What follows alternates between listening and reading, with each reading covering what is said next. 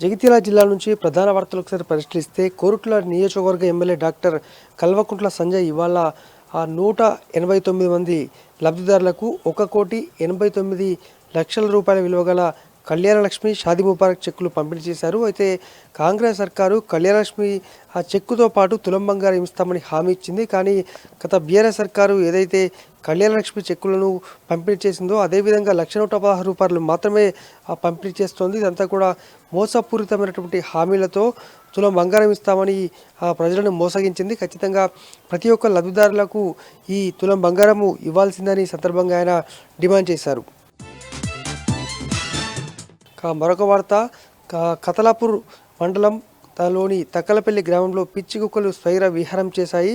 రోడ్డుపై నడుచుకుంటూ వెళ్తున్నటువంటి సుమారు 10 మంది పైన ఏకకాలంలో కుక్కలు దాడి చేయడంతో దాదాపు 10 మంది వరకు గాయపడ్డారు. అయితే ఇటీవలి కాలంలో జగిత్యాల జిల్లా వ్యాప్తంగా కూడా కుక్కల బెడద రోజు రోజుకు తీవ్రమవుతోంది. కానీ ఆ స్థానిక గ్రామం కావచ్చు, అలాగే ఇటు సంబంధిత అధికారులు మాత్రం ఎటువంటి చర్యలు తీసుకోలేదనే ఫిర్యాదులు అయితే వెల్లువెత్తుతున్నాయి.